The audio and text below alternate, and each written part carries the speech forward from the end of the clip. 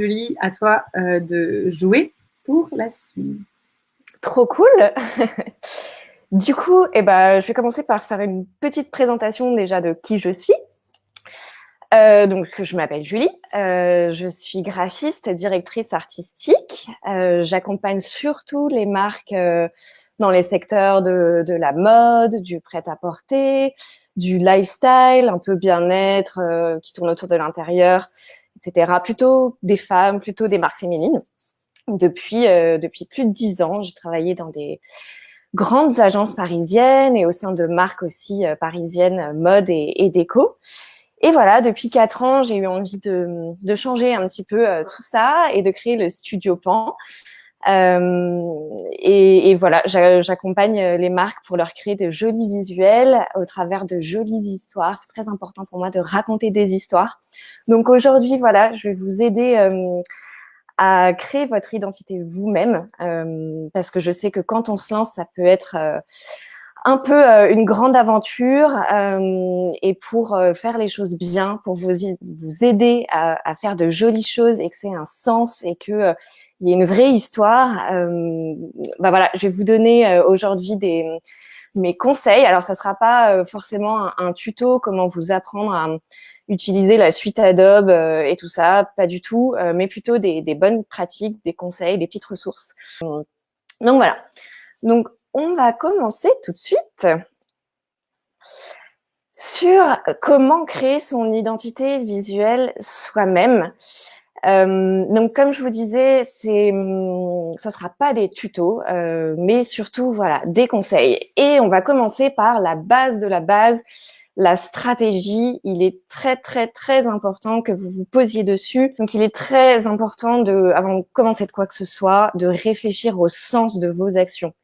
Du coup, imaginez un petit peu que vous briefiez un graphiste pour faire ce travail. Comment vous décririez votre marque ou votre service, du coup.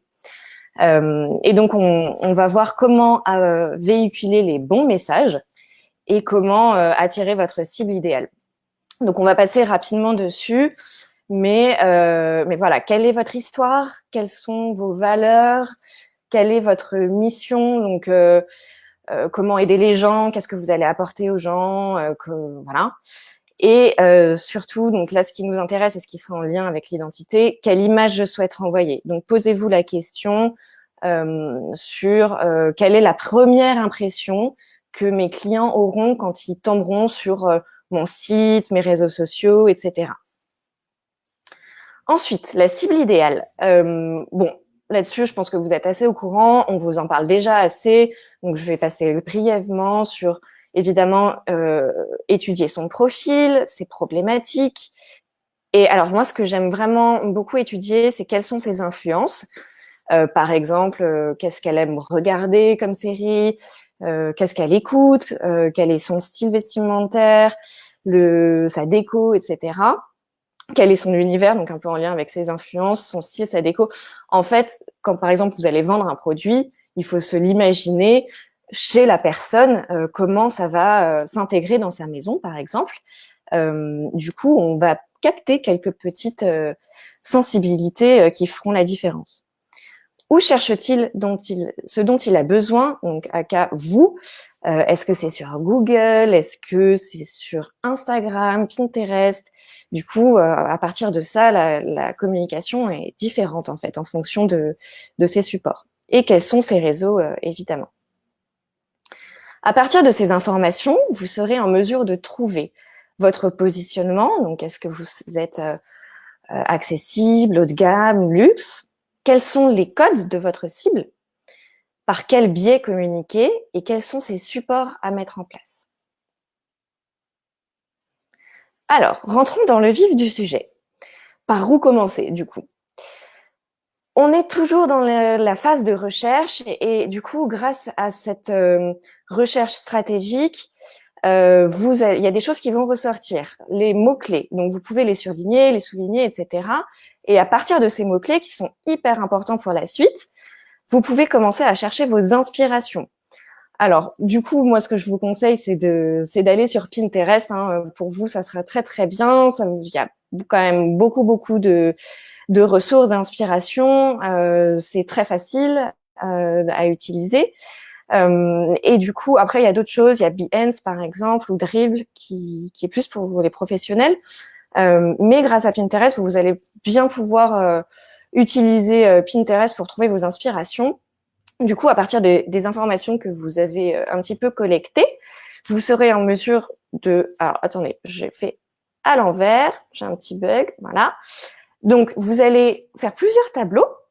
Donc, je vous conseille de créer un tableau, un seul tableau au nom de votre marque et de trier vos inspirations. C'est très important pour la suite. Du coup, un premier tableau, univers de marque, qui sera un petit peu toutes les images qui vous inspirent, pas forcément en termes de design, mais par exemple sur l'architecture, la nature, les styles de déco, de vestimentaire, etc. Ça sera un petit peu votre univers visuel. Il y a des choses, vous verrez, qui commenceront à sortir de ça. Ensuite, après avoir fait ce tableau-là, le design logo, donc là, on rentre tout de suite, on va matérialiser les idées, c'est la phase un petit peu fun. Du coup, ça sera les inspirations, les logos qui vous inspirent, auxquels vous aurez envie un petit peu de ressembler, entre guillemets. Ensuite, un tableau couleur et un tableau typographie, on reviendra dessus. À l'action.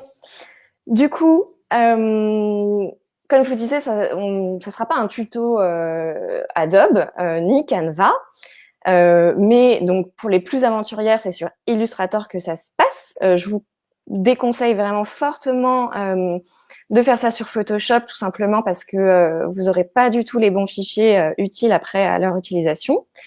Mais sinon, je vous conseille Canva, qui est vraiment une plateforme très très facile d'utilisation. Elle est assez limitée, je vous le cache pas, mais vous pourrez faire des choses super. Il y a des mini templates aussi sur Canva.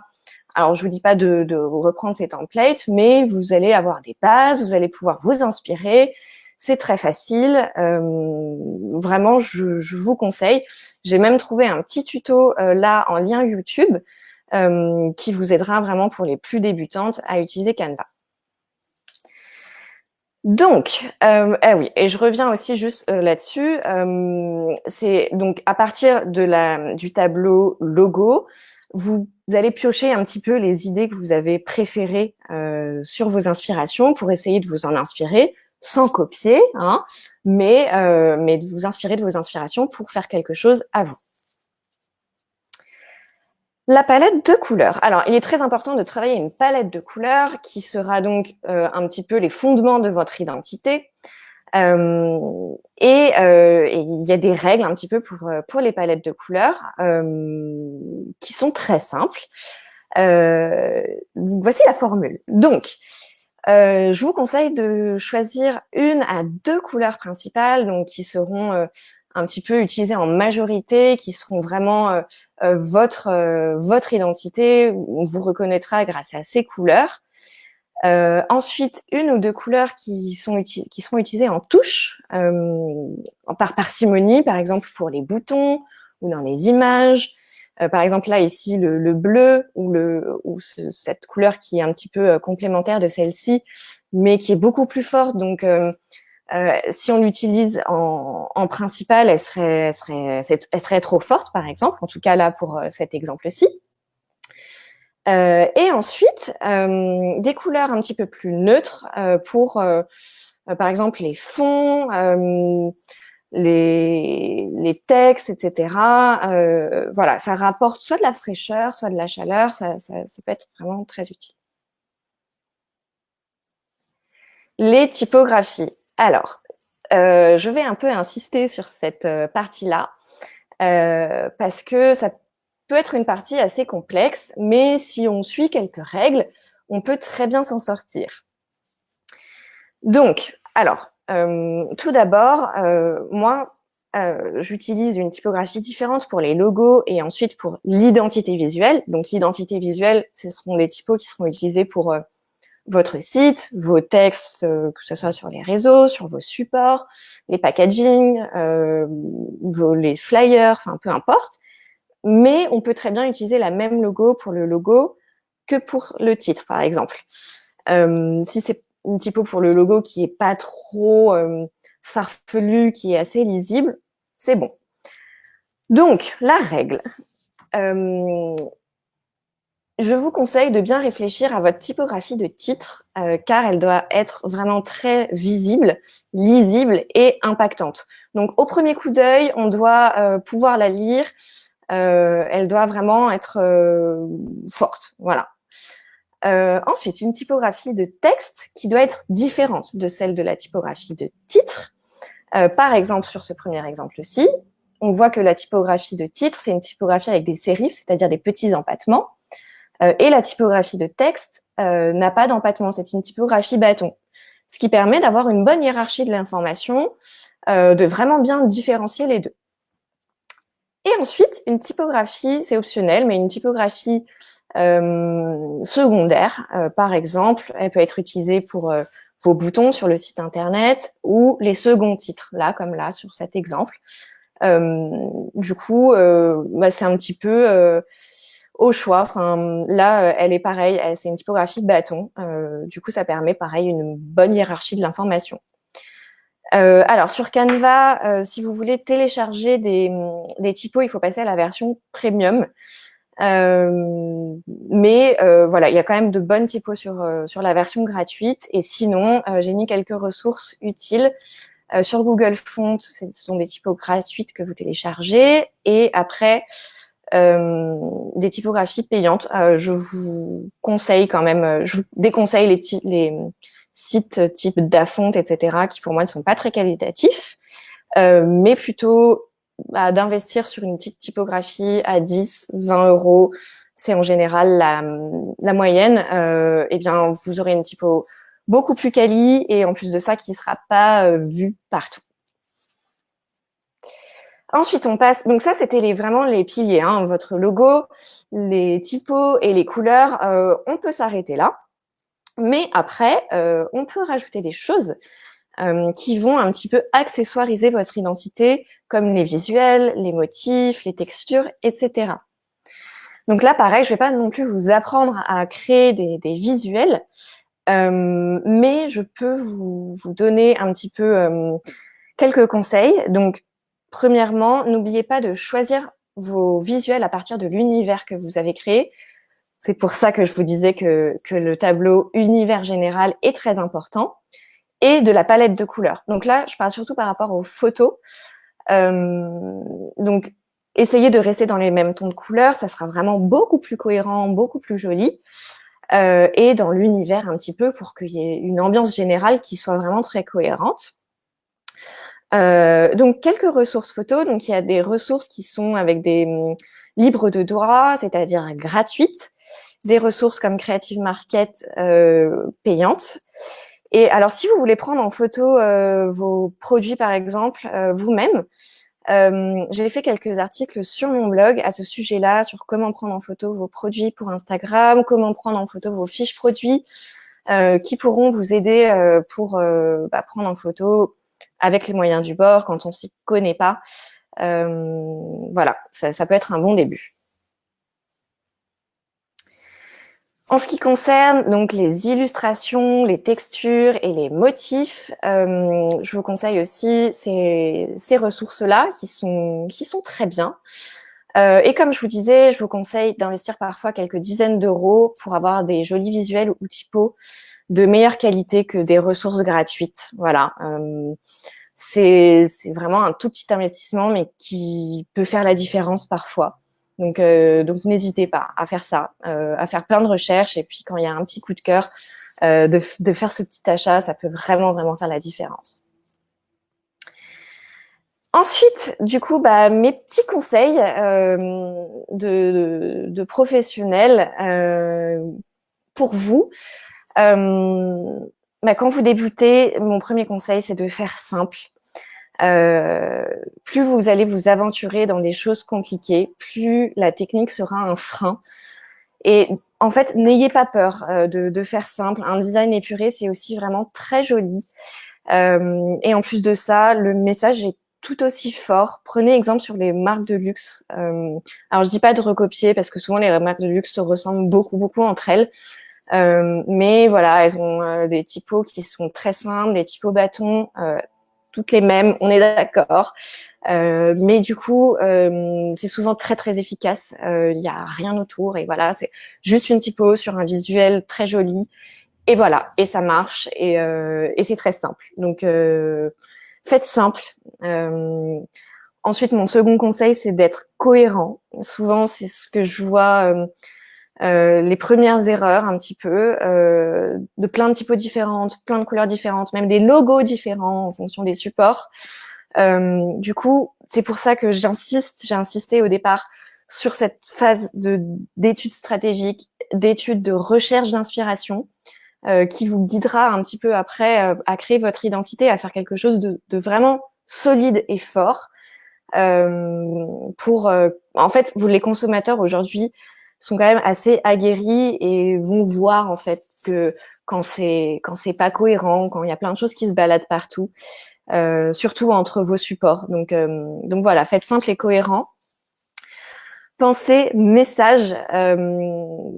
C'est pour ça que l'étude stratégique est très importante parce qu'un visuel fonctionne parce qu'il a un message et pas simplement parce qu'il est joli. Alors c'est très important pour moi, donc j'essaye de vous le transmettre.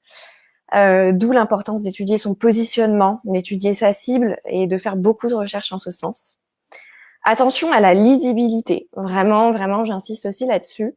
Une typo trop petite, une typo trop fine, une typo trop compliquée, plein de couleurs ou des illustrations un petit peu qui se chahutent. Voilà, c'est en fonction de vos supports. Alors là, je vais pas forcément rentrer dans les détails, mais en fonction de vos supports, du coup, ça peut être compliqué après à la lecture et pour que le message soit bien passé. Et du coup, surtout, amusez-vous parce que parfois on se sent bloqué et du coup là, ça devient vraiment très compliqué. En tant que créatif, du coup, je peux vous dire comment ça se passe et voilà, quand parfois il y a des blocages, n'hésitez pas à laisser reposer la nuit, la journée. Et puis, mon conseil, moi, ma petite astuce, c'est de sortir de son environnement habituel de travail, d'aller dans un café, je sais pas, dans un coworking, même de son bureau habituel, ça peut vraiment changer et créer un petit déblocage. Et à partir de là, du coup, c'est reparti et souvent c'est bien reparti. Donc voilà, amusez-vous et grâce à ça, il y a souvent des jolies choses qui sortent, alors que quand on reste bloqué, après, on mouline et c'est très compliqué. Et du coup, je finis par une petite offre que je suis en train de créer qui s'appelle les ateliers entrepreneuses.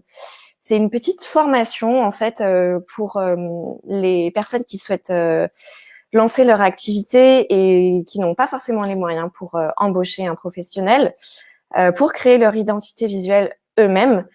Donc l'offre est en cours de construction, donc ça sera peut-être amené à bouger, mais ça sera donc une petite formation avec un workbook pour créer sa stratégie de marque, ce dont je parlais au début, un workbook pour créer son identité, des guides des bons conseils, un accès à la bibliothèque de logos que je suis en train de créer sur Canva, dont vous aurez accès et que vous pourrez utiliser. Un tutoriel pour apprendre à créer son logo sur Canva et le bonus, une séance de consulting à la fin de votre projet par un professionnel qui vous aidera à du coup prendre du recul sur ce que vous avez créé, vous dire si vous avez fait des erreurs, des conseils, etc. Voilà, c'est en cours. Donc, si vous êtes intéressé, vous pouvez vous inscrire sur la waiting list. Voilà. Du coup, eh bien, je vous remercie. Moi, j'ai terminé. Évidemment, je réponds maintenant à toutes vos questions.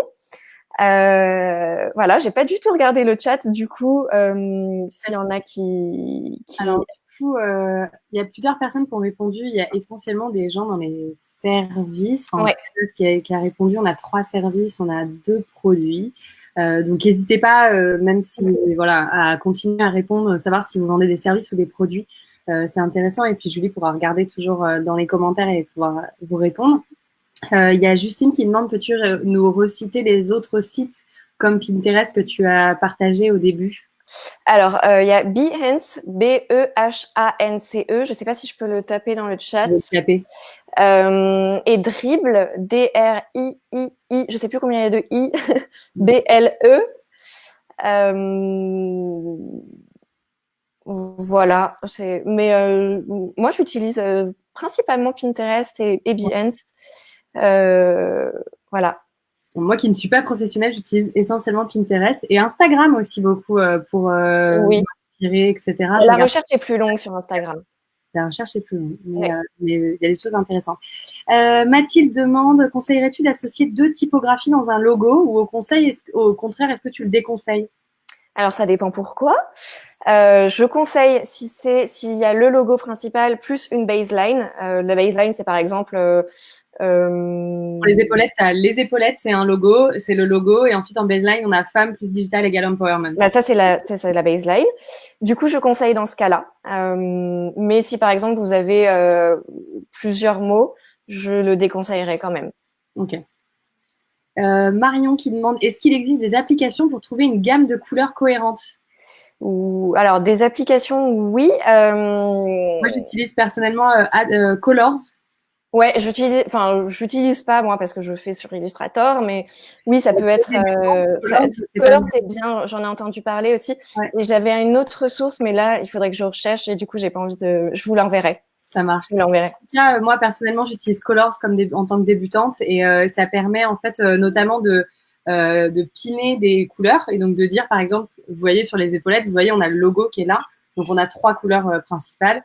Et donc, du coup, je pine ces 3 couleurs et après, il me propose des couleurs qui vont avec si je voulais étendre la gamme colorielle. Donc, c'est pas mal. Et surtout, ça permet de façon très rapide de faire des copier-coller des codes exacts des couleurs. Ah, et ça, c'est bien. C'est hyper pratique. Je prends une dernière question avant qu'il soit... Une dernière question avant que le live se termine. Marie qui pose la question. Penses-tu qu'il est bon de définir 2 couleurs dans son identité visuelle? Une couleur principale et une couleur complémentaire. Oui, carrément. On n'est pas obligé d'avoir plein de couleurs. Au contraire. Alors, je conseille quand même de rester sur un camailleux si vous utilisez plein de couleurs. Mais je conseille quand même une couleur vraiment neutre qui va être utilisée soit pour les fonds, soit pour les textes, qui sera peut-être un peu différente que vos couleurs principales. Parce que il n'y a pas la même utilisation. Souvent, les textes, ça a besoin d'être un peu plus lisible, par exemple. Donc, j'en sais rien. Si vous utilisez le rose comme couleur principale, pour vos textes, ça sera peut-être un peu plus difficile pour leur lisibilité. Donc, peut-être penser à une autre couleur. Voilà, pour les textes et les fonds. Ça marche. Ben, merci beaucoup, Julie. Alors, attends, je prends une dernière question. Je vois une question qui vient d'apparaître de Ingrid. Est-ce que tu as des conseils pour des noms très longs? Par exemple, Association des praticiens en développement personnel. Elle est partie sur un sigle APDP et en baseline le nom complet. Ou est-ce que tu as une autre idée pour rendre ça plus visuel ou une bonne pratique dans le cas de... J'avoue que j'ai jamais eu affaire à des noms aussi longs. Si tu veux, écris-moi sur Instagram, on pourra échanger à ce sujet. Je conseille du coup de rester très simple, d'utiliser une typo qui soit pas trop fine, qui soit assez forte, plutôt une typo bâton, assez bold, assez grasse, pardon. Et ouais, peut-être essayer de le scinder avec le logo principal, avec une baseline ou ce genre de choses. C'est vrai que c'est compliqué. Oui, il faut que j'y réfléchisse et si tu veux, on en parle. Ça marche. Ok, et ben merci beaucoup Julie. Vous pouvez la suivre sur Instagram et puis n'hésitez pas à la rentrer en contact avec elle si vous avez des questions et si vous êtes intéressé par son offre là pour les entrepreneuses, des ateliers entrepreneuses qui ont l'air trop cool. Merci à toi. Merci à toutes. Salut, salut. Salut.